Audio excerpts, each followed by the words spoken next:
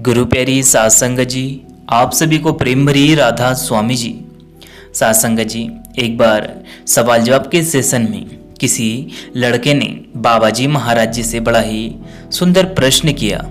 उन्होंने पूछा कि बाबा जी, जब कोई बच्चे गलती करते हैं तो उनके माता पिता उनको डांटते हैं, उनको रोकते हैं, लेकिन बाबा जी महाराज जी, आप भी तो हमारे परम पिता परमात्मा हो।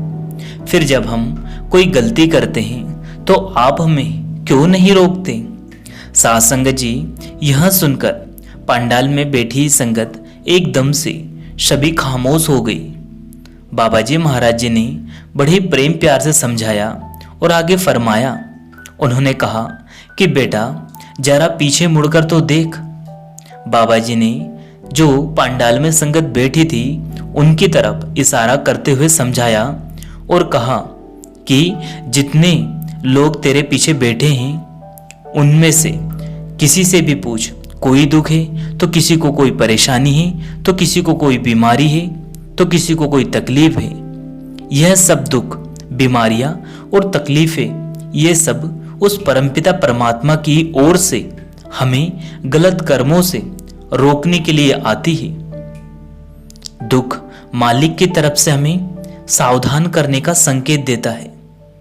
हम कहां पर गलती कर रहे हैं, जो इन विचारों को और इन मालिक की तरफ से आ रहे संकेतों को समझ लेते हैं, वहां जिंदगी में दोबारा कभी गलत काम नहीं करते। सात संगत जी, सद्गुरु की इतनी दया और मेहर है कि अगर हमें सद्गुरु कोई दुख भी देते हैं तो वो हम तक पहुंचते पहुंचते ना के मात्र हो जाता है और वो भी हम सह नहीं सकते। सात संगत जी, गुरु हमें कभी भी सजा नहीं देते।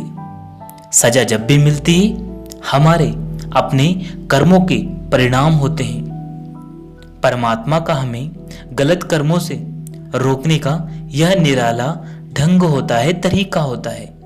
सात संगत जी, बाबा जी महाराज जी ने जो प्रश्न का जवाब दिया उसे सुनकर सारी संगत बड़ी भावुक हो गई और सभी अपने आप की ओर देखने लगी। क्यों? क्योंकि जो भी सुख दुख जिंदगी में आते हैं, यह सब कभी भी परमात्मा नहीं देता हमें। यह सब हमारी जिंदगी का हिस्सा होता है और यह हिस्सा कब बनता है? जब हम कोई गलत कर्म करते हैं। उन्हीं का परिणाम या तो दुख बनकर आ जाता है या फिर सुख बनकर आता है। यदि हमने अच्छे कर्म किए हैं तो हमें जिंदगी में कभी दुख नहीं आएंगे। यदि हमने गलत मार्ग पे चलकर कुछ बुरे कर्म किए हैं तो वह दुख का कारण बनकर हमारी जिंदगी का हिस्सा बन जाएंगे। तो कोशिश करें कि मालिक के बहाने में रहें और भजन सुमरन में वक्त देते रहें और सुमरन को हर श्वास में दोहराते रहें।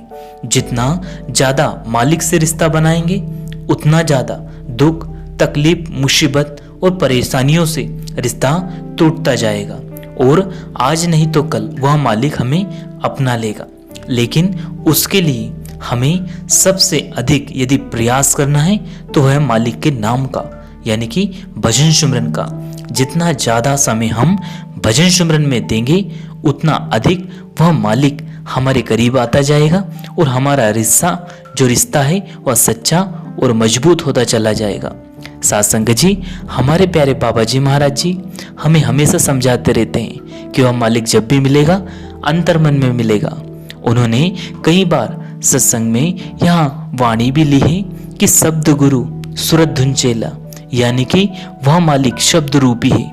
गुरु को अगर कहीं देखना है तो शब्द के रूप में देखना है। जब हमारी सूरत उस मालिक के रूहानी जो रूप है, नूरी स्वरूप है, उसको अंतर्मन में देख लेगी तो उसके सारे सवाल, वो सारे जवाब समाप्त हो जाएंगे और वह मालिक में विलीन हो जाएगी। इसलिए हमें हर वक्त भजन सुमरन में हमें समय देना है।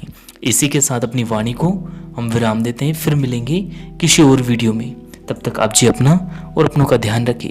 अगर वीडियो पसंद आया हो तो वीडियो को लाइक जरूर करें और कमेंट बॉक्स में राधा स्वामी लिखकर वीडियो को शेयर कर दें और सद्गुरु प्यारे चैनल को सब्सक्राइब करके बेल आइकन को ऑल पे प्रेस कर लें। शुक्रिया, टेक केयर, धन्यवाद। अंत में आप सभी को प्रेम भरी राधा स्वामी जी। धन्यवाद।